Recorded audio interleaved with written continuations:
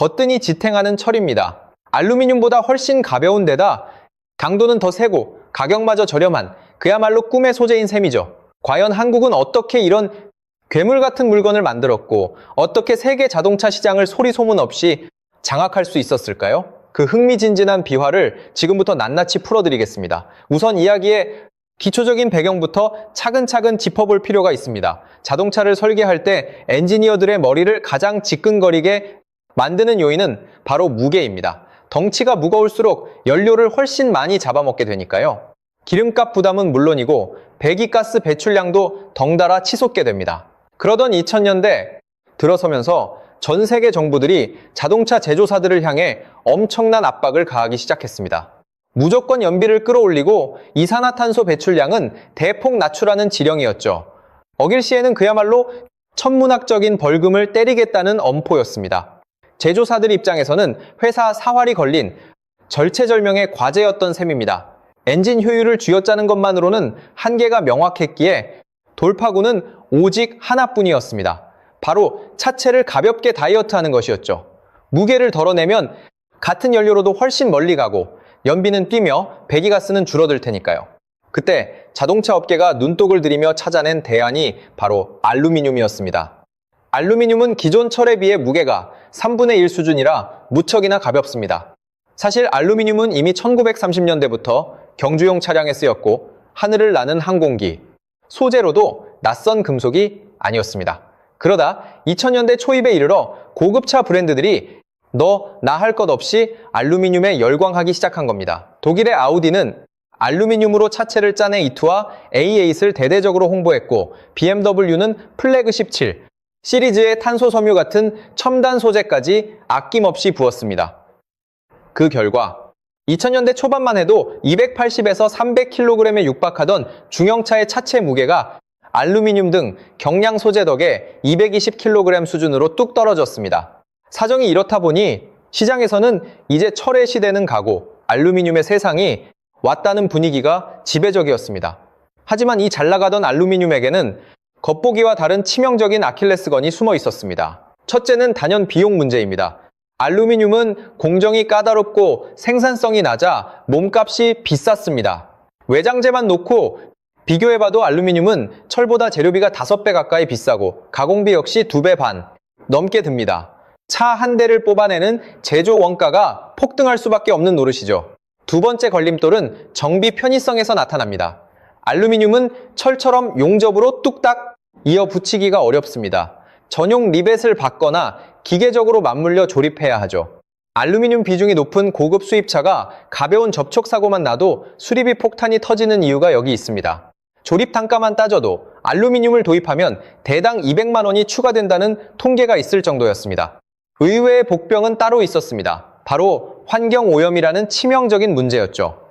친환경의 대명사로 불리던 알루미늄이었기에 그 반전은 더 컸습니다. 제조 공정에서 뿜어져 나오는 이산화탄소량이 그야말로 어마어마했기 때문입니다. 세계철강협회 보고서를 보면 똑같은 1kg의 소재를 뽑아낼 때 철이 배출하는 이산화탄소는 2에서 2.5kg에 불과하지만 알루미늄은 자그마치 11에서 12.6kg에 달합니다. 무려 5배를 웃도는 압도적인 수치입니다.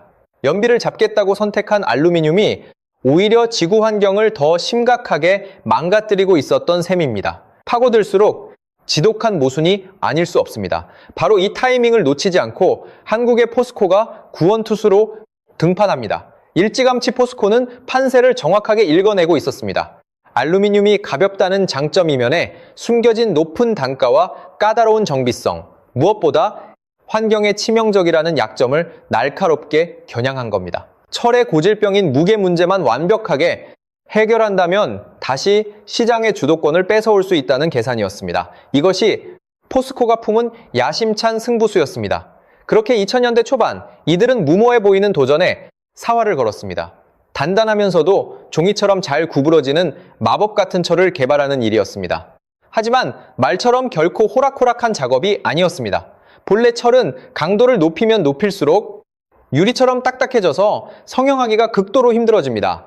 곡선과 각을 살려 차를 만들어야 하는 제조사 입장에서는 조금만 힘을 줘도 찢어지고 깨지는 철판은 무용지물이나 다름없었죠. 그렇다고 잘 휘어지게 만들면 이번엔 강도가 터무니없이 떨어졌습니다. 극강의 단단함과 유연함을 동시에 만족시켜야 하는 그야말로 모순된 숙제를 양손에 쥔 꼴이었습니다. 포스코 연구진은 이 불가능에 가까운 싸움에 모든 것을 걸고 매달렸습니다. 그리고 마침내 2010년 강도와 가공성이라는 두 마리 토끼를 기적처럼 모두 잡은 꿈의 소재를 세상에 내놓습니다. 트챔강이라 명명된 이 특별한 철강이 우리 기술 신화의 서막이었습니다.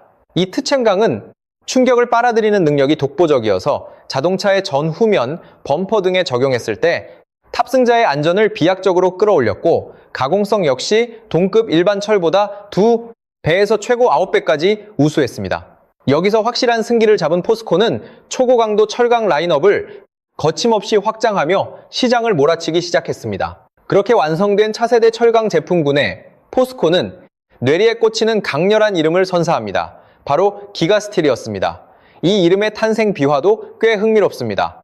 당시 포스코 그룹을 이끌던 권호준 회장이 직접 고안한 브랜드라고 합니다. 그전까지는 초고장력 강판이니 기가급 강제니 하는 현장 용어로 불려 소비자들에게 다가가기 어려웠으나 권 회장이 입에 착 붙고 기억하기 쉬운 기가스틸이라는 이름을 붙이면서 제품에 새로운 생명력이 불어넣어진 것입니다. 귀에 쏙 들어오는 이름 덕분에 글로벌 완성차 업체들과의 비즈니스도 한층 수월해졌다고 하죠. 그렇다면 기가스틸이라는 이름에는 대체 어떤 비밀이 숨어 있는 걸까요? 기가스틸의 기가는 우리가 초고속 인터넷 속도를 말할 때 쓰는 그 단위와 정확히 같습니다. 여기서는 이 철이 지닌 무지막지한 강인함을 증명하는 지표로 쓰였습니다. 소재를 양쪽에서 잡아당겼을 때 찢어지기 전까지 버텨내는 힘을 인장 강도라 하는데 이 힘이 1기가파스칼을 돌파했다는 의미에서 기가스틸이라 부르는 겁니다. 1기가파스칼의 위력이 어느 정도인지 감이 잘 안 오실 텐데 그 수치는 상상을 초월합니다. 가로 세로 1mm, 즉 바늘구멍만 한 면적에 100kg의 하중을 얹어도 눈 하나 깜짝하지 않고 버틴다는 뜻입니다. 더 직관적으로 표현하자면 10원짜리 동전 크기만 한 기가스틸 조각이 무려 10톤의 무게를 지탱할 수 있다는 얘기죠. 가로 10cm, 세로 15cm 크기에 딱 손바닥만 한 기가스틸 한 장 위에 1톤짜리 준중형 차 1500대를 쌓아 올려도 부러지지 않고 똑바로 버텨내는 기적 같은 강도입니다. 견뎌낸다는 계산입니다. 그야말로 괴물 같은 철강의 탄생이죠. 한반도 땅에 청동기가 저물고 철기 시대가 도래한 이래 인류가 다뤄온 소재의 역사에 전무후무한 한 페이지를 장식했다고 해도 결코 과언이 아닙니다.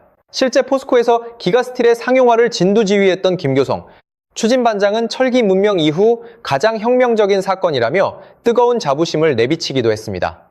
그렇다면 과연 이 기가스틸이 알루미늄의 아성을 완벽히 무너뜨릴 수 있을까요? 정밀한 수치로 조목조목 따져보면 그 해답은 아주 명쾌하게 드러납니다.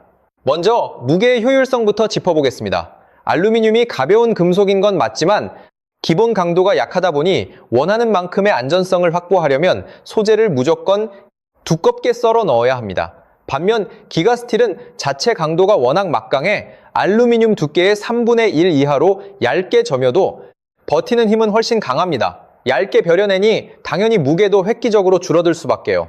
실제로 포스코는 기가스틸을 투입해 자동차 차체 무게를 최대 207kg까지 덜어내는 데 성공했고 기존 프레임 대비 26% 수준의 경량화를 달성했습니다. 다음 고개는 결국 돈, 즉 원가 싸움입니다. 앞서 알루미늄의 비싼 몸값을 짚었던 대목을 떠올려 보시죠. 냉정하게 계산기를 두드려보면 기가스틸과 알루미늄으로 각각 동일한 차체를 짤 때 알루미늄의 재료비는 3.5배, 여기에 가공비마저 2.1배나 더 치솟습니다. 동일하게 차체 무게를 30% 줄인다는 조건으로 맞붙여도 한 대를 뽑아낼 때 드는 원가 차이가 2배 이상 벌어지는 겁니다. 결론적으로 기가스틸은 알루미늄의 반값도 안 되면서 훨씬 튼튼한 셈입니다. 이에 더해 철은 용접이 수월하고 재활용성이 극대화되는 데다 생산 시 발생하는 이산화탄소도 알루미늄의 5분의 1에 불과해 친환경 점수에서도 판정승입니다. 상황이 이쯤 되자 한때 알루미늄 진영으로 갈아탔던 유럽의 럭셔리, 카 메이커들조차 다시 기가스틸을 향해 유턴 신호를 켜고 있습니다. 포스코 내부 관계자의 말을 빌리면 알루미늄을 고집하던 유럽 프리미엄 브랜드들이 대거 철강 소재로 복귀하는 흐름이 뚜렷하다고 합니다. 도도하게 굴던 알루미늄이 대한민국 철강 기술 앞에 무릎을 꿇은 격입니다. 기가스틸의 진짜 위력은 도로 위 실제 차량들의 성적표를 보면 훨씬 피부에 와닿습니다. 쌍용 자동차는 세계 최초로 1.5기가파스칼급 기가스틸을 전격 도입해 대형 SUV 모델인 G4 렉스턴을 완성했습니다. 골격에 기가스틸을 아낌없이 박아넣어 무게 증가를 최소화하면서도 뼈대의 강성은 무시무시하게 끌어올렸습니다. 그 덕에 혹독한 충돌 테스트에서 만점 기준인 별 5개를 거머쥐었습니다. 르노 삼성의 중형 세단 SM6 역시 동급 차량 중 기가스틸을 가장 촘촘히 두른 모델로 이름을 날렸는데 출시 직후 시장의 반응이 어찌나 폭발적이었던지 난공불락이라 여겨지던 중형 세단 강자 소나타의 턱 밑까지 추격하며 판도를 흔들었습니다. 여기에 한국 GM의 크루즈와 말리부 역시 기가스틸의 수혜를 톡톡히 입은 주역들입니다. 하지만 기가스틸의 진짜 진가는 사실 지금부터 펼쳐질 무대에서 본격적으로 증명될 예정입니다. 바로 전기차 시대가 전면 개막하면서부터입니다. 전기차는 태생적으로 육중한 배터리 팩을 뼈대 속에 늘 짊어지고 다녀야 하는 숙명을 지녔습니다. 배터리 무게만 수백 킬로그램을 훌쩍 넘기다 보니 차체 구조 전체가 비대해질 수밖에 없는 한계가 있죠. 덩치가 무거워지면 한 번의 충전으로 뻗어나갈 수 있는 거리, 즉 주행 효율이 뚝 떨어지게 됩니다. 때문에 전기차 진영일수록 차체 다이어트에 목을 맬 수밖에 없는 절박한 상황인 겁니다. 그러면서도 탑승객의 안전이라는 대명제는 단일 밀리미터도 양보할 수 없습니다. 무거운 배터리를 요새처럼 보호하면서도 전체 몸집은 가볍게 깎아내야 하는 또 한 번의 모순된 숙제가 떨어진 셈입니다. 이 까다로운 퍼즐을 완벽하게 풀어낸 열쇠가 바로 기가스틸이었습니다.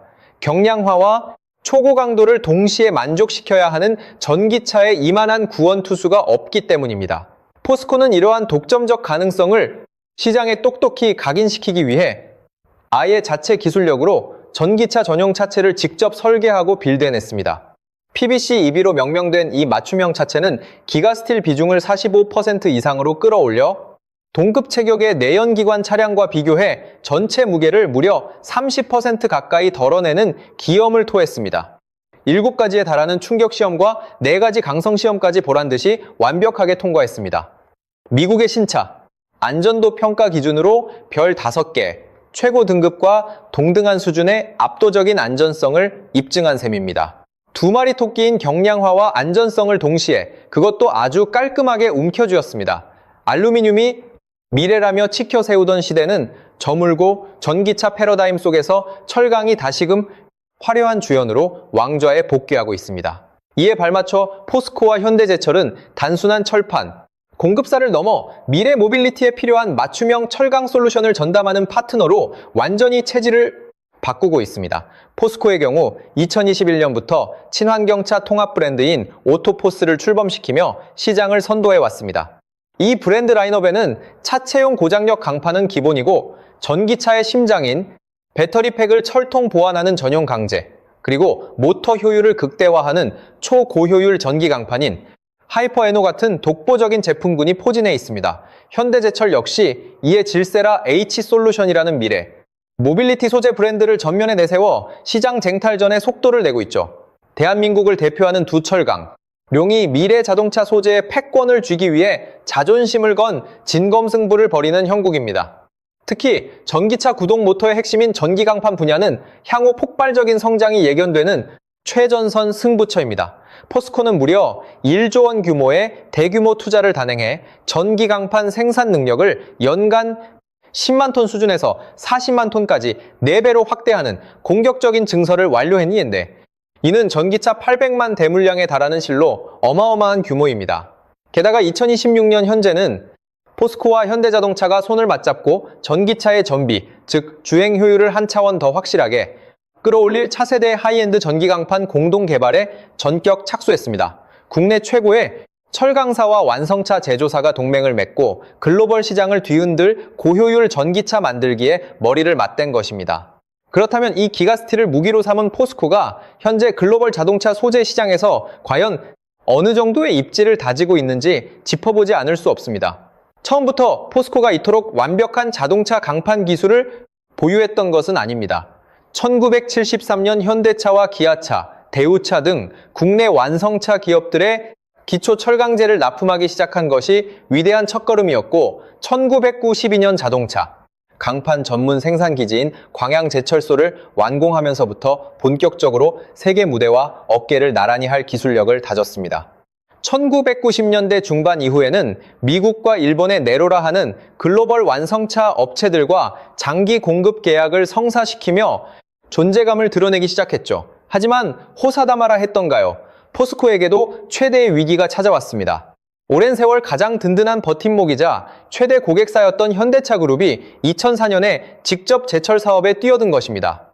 부도 위기에 처했던 한보철강 당진 공장을 인수해 지금의 현대제철 당진제철소로 탈바꿈시켰고 2010년에는 고로에서 쇳물을 직접 뽑아내는 일관제철소까지 기어이 준공해냈습니다. 이로 인해 포스코에 전적으로 의존하던 현대차와 기아차가 포스코로부터 받아가던 강판 물량을 눈에 띄게 줄이기 시작했습니다. 포스코 입장에서는 전체 매출의 큰 축을 담당하던 거대 바이어를 순식간에 잃게 된 미증유의 비상사태였습니다. 그러나 이 위기는 포스코를 더 강하게 단련시킨 신의 한 수가 되었습니다. 안방 시장의 안락함에서 벗어난 포스코는 생존을 위해 전 세계 글로벌 완성차 메이커들을 공략하러 광활한 해외 시장으로 눈을 돌렸습니다. 제품 경쟁력을 뼈를 깎는 노력으로 끌어올린 끝에 마침내 진정한 글로벌 강자로 화려하게 거듭난 것입니다. 현재 포스코는 전 세계를 호령하는 주요 15개 카메이커 전원에 자동차 강판을 동시 공급하는 지구상에서 몇 안 되는 독보적인 철강 기업으로 우뚝 섰습니다.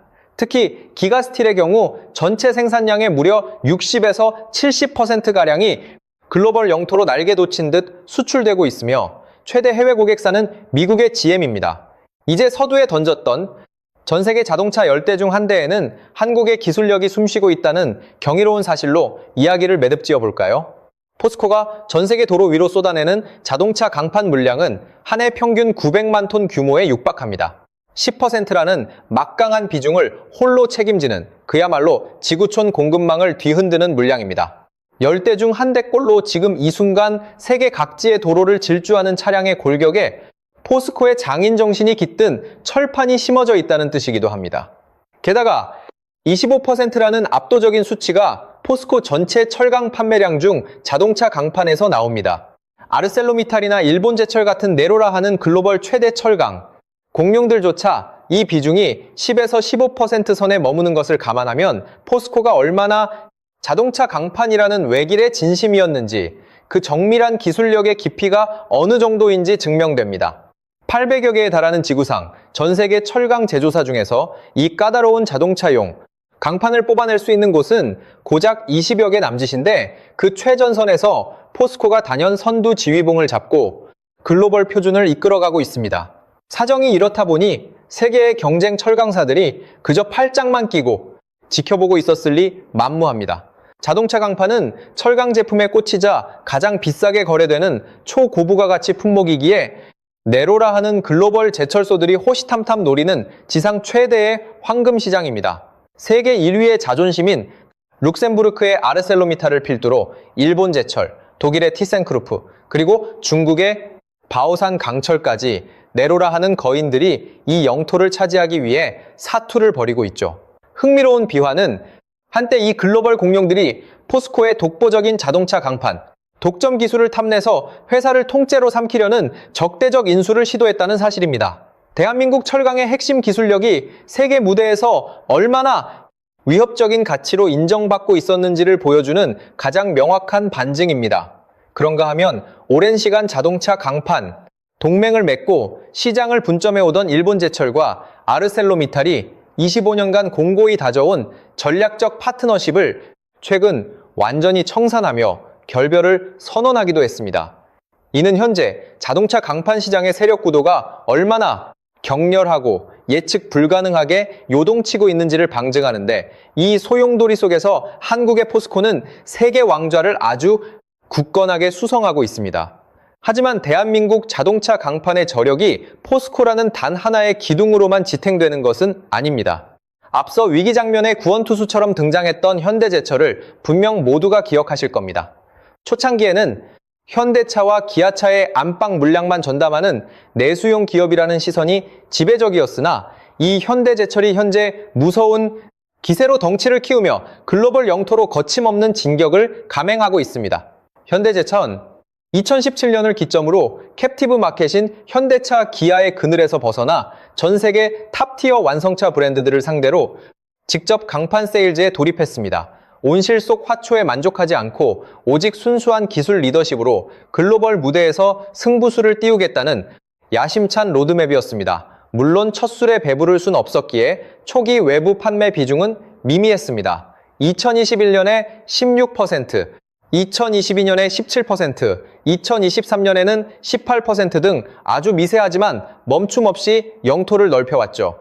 그러다 마침내 기념비적인 이정표를 세웠습니다. 현대차 그룹의 울타리를 넘어 순수 해외 완성차 브랜드에만 수출한 자동차 강판 물량이 사상 처음으로 100만 톤 고지를 기분 좋게 돌파한 것입니다. 미국의 GM과 포드, 프랑스의 르노 등 전 세계 25개 글로벌 메이커들의 엄격한 품질 스펙을 뚫고 정식 납품 계약을 따낸 결실입니다. 연간 생산하는 자동차 강판 500만 톤 중 무려 20% 물량을 글로벌 오픈 마켓에 당당히 내다 판 셈입니다. 이 실적을 바탕으로 정밀하게 시뮬레이션을 돌려보면 현대제철이 글로벌 자동차 강판 무대에서 차지하는 점유율은 약 5.5% 수준에 육박합니다. 그러나 현대제철의 종착지는 여기가 결코 아닙니다. 이들은 해외 직수출 비중을 30%, 즉 연간 200만 톤 규모까지 공격적으로 끌어올려 글로벌 자동차 강판 시장의 탑3 진입이라는 거대한 야망을 향해 질주하고 있습니다. 요컨대 대한민국은 이미 세계 정상의 자리에 우뚝 선 포스코라는 거인에 더해 뒤를 바짝 추격하는 무서운 도전자 현대제철까지 원투펀치를 모두 갖춘 형국입니다. 단 한 국가가 세계 자동차 강판 시장을 좌지우지하는 메이저 플레이어를 둘이나 보유하고 있다는 건 글로벌 산업 지형도에서 기적에 가까운 축복입니다. 그렇다면 과연 후발주자인 현대제철이 글로벌 거인들을 주눅들게 만든 필살기는 무엇일까요? 바로 3세대 강판입니다. 이 소재야말로 대한민국 철강, 엔지니어링의 자존심을 걸고 빚어낸 궁극의 마스터피스입니다. 자동차 강판 기술은 시대를 거치며 단계를 거듭해 왔는데 눈부신 속도로 진화를 거듭했습니다. 1세대 고장력강을 시작으로 2세대 초고장력강, 그리고 이제는 3세대 강판의 시대까지 거침없이 달려온 것입니다. 3세대 강판의 본질은 무지막지한 강도를 단단히 유지한 채 가공성, 즉 종이처럼 부드럽게 구부러지는 성질을 비약적으로 끌어올렸다는 점에 있습니다. 앞서 언급한 단단함과 유연함이라는 모순된 가치를 장인의 경지로 녹여낸 결정체인 셈이죠. 이 세대보다 강도를 20%나 더 끌어올리면서도 복잡하게 꺾고 휘어도 터지거나 찢어지지 않는 정밀함을 완벽하게 구현해야 했습니다. 이 꿈의 3세대 강판을 세상에 내놓기 위해 현대제철이 쏟아부은 시간이 얼마인지 아십니까? 무려 10년이라는 장구한 세월입니다. 기초 연구부터 양산 스펙을 맞추기까지 꼬박 10년을 매달린 결과물입니다. 현대제철 당진제철소는 R&D 역량을 중심으로 무서운 성장을 이뤄냈는데 초기 100명 남짓이던 연구 인력은 600여 명 규모로 늘어났고 연구개발 투자액 역시 2014년 1,000억 원대에서 2021년 2,000억 원을 돌파, 최근에는 3,000억, 원고지마저 넘어설 것이라는 관측이 지배적입니다. 그렇게 독자 기술로 확보한 자동차 강판 라인업만 300종을 상회합니다. 3세대 강판이 지닌 진짜 가치는 단연 탑승자의 안전에서 빛을 발합니다. 현대제철 개발진의 상세한 증언에 따르면 이 소재는 운전자와 가족들의 목숨을 지키는 최후의 보루라는 일념으로 뼈를 깎는 정성을 들여 완성했다고 합니다. 차가 충돌하는 순간 발생하는 무시무시한 충격 에너지를 3세대 강판으로 짠 골격은 유기적으로 찌그러지며 흡수합니다. 날카롭게 부러지는 대신 부드럽게 구겨지면서 충격을 최소화하고 탑승객이 버틸 세이프티 존을 차 내부에 아주 견고하게 지켜내는 메커니즘이죠.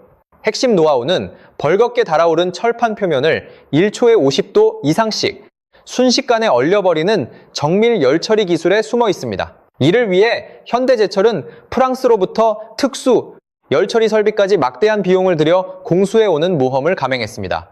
그리고 마침내 10년의 고독한 투쟁이 찬란한 현실로 다가왔습니다. 현대제철은 2025년 가을을 기점으로 3세대 강판의 상업, 생산을 성공적으로 개시했으며 2026년 현재는 본격적인 대량 양산 체제를 견고하게 구축했습니다. 이번에 베일을 벗은 3세대 강판은 인장 강도 1.2GPa급의 괴물 같은 스펙을 자랑하면서도 까다로운 곡면 성형까지 매끄럽게 소화해내는 경이로운 성형성이 최대 강점입니다. 더욱이 기존 초고장력강 대비 무게를 10%나 더 덜어냈기에 주행거리에 사활을 거는 전기차 진영에 최고의 솔루션이라는 찬사가 업계 전반에서 쏟아지고 있습니다. 현대제철은 이 3세대 강판이라는 막강한 카드를 쥐고 2030년까지 글로벌 완성차 고객사 비중을 30%까지 끌어올리겠다는 거침없는 로드맵을 선언했습니다. 내부 사기 역시 최고조에 달해 3세대 강판 상용화라는 위대한 결실을 축하하는 의미로 전 임직원에게 특별 격려금까지 지급했을 만큼 현장의 자신감은 하늘을 찌릅니다. 여기서 멈추지 않고 현대제철은 더 먼 미래의 패권을 겨냥하고 있습니다. 제조 과정에서 탄소 발자국을 획기적으로 지워내는 저탄소 강판 개발에 총력을 기울이는 중입니다.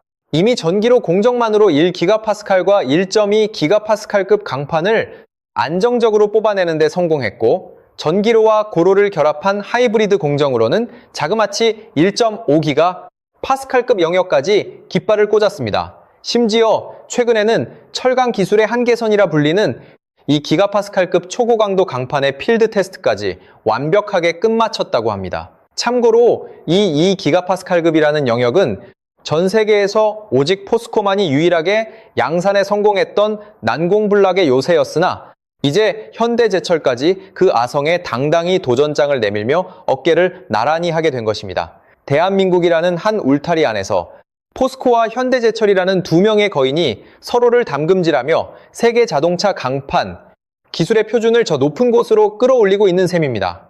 그러나 탄탄대로를 걷던 한국 철강 산업에 최근 청천벽력 같은 대형 악재가 하나 날아들었습니다.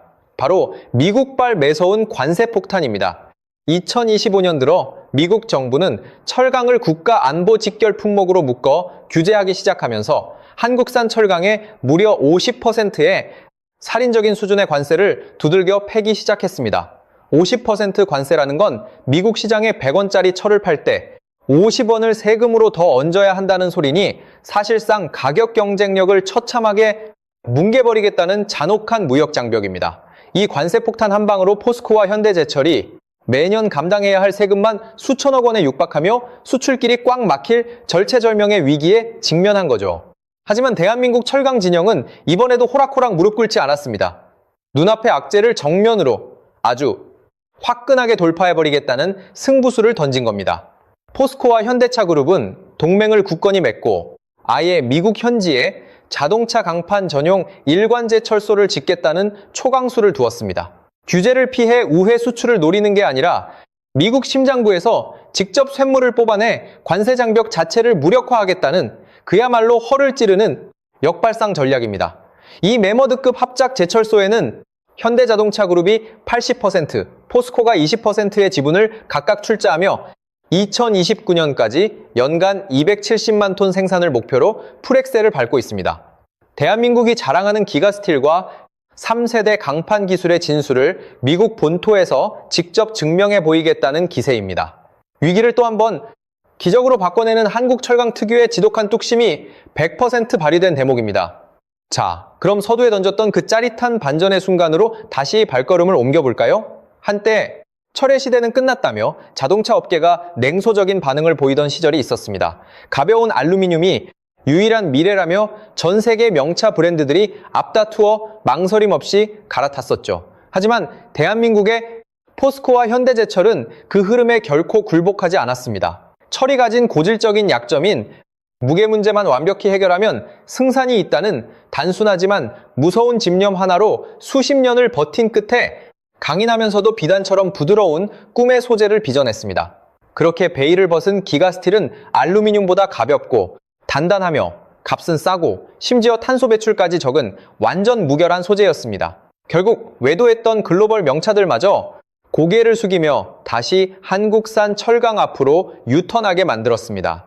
특히 전기차 패러다임이 도래하자 한국의 철강 기술은 그야말로 날개를 단 듯 독보적인 존재감을 뿜어내기 시작했습니다. 그 위대한 집념의 결과가 바로 지금 우리 눈앞에 펼쳐진 경이로운 풍경입니다. 지구상을 달리는 자동차 10대 중 한 대에 한국산 강판이 뼈대로 박히고 미국과 유럽, 일본에 내로라 하는 자동차 공룡들이 한국의 철강 기술력을 수입해가며 차를 짓습니다. 포스코는 자동차 강판 무대에서 세계 왕좌를 거머쥐었고 현대제철은 10년간 벼려온 3세대 강판을 무기 삼아 글로벌 탑3를 향해 폭풍 질주하고 있습니다. 미국의 집요한 관세 장벽 앞에서도 기죽지 않고 현지 제철소 건립이라는 전공법으로 맞불을 놓으며 판을 주도하고 있죠. 지하자원 하나 나지 않는 척박한 나라가 흔하디 흔한 철강 원석 하나를 가지고 세계 헤비급 무대를 완벽하게 평정한 셈입니다. 고 박태준 회장이 광양제철소 정문에 아로새겼다는 그 불멸의 명언이 가슴을 울립니다. 자원은 유한하지만 창의는 무한하다. 우리가 매일 아무 생각 없이 올라타던 자동차 한 대 한 대 속에는 사실 이토록 치열하고 피가 끓는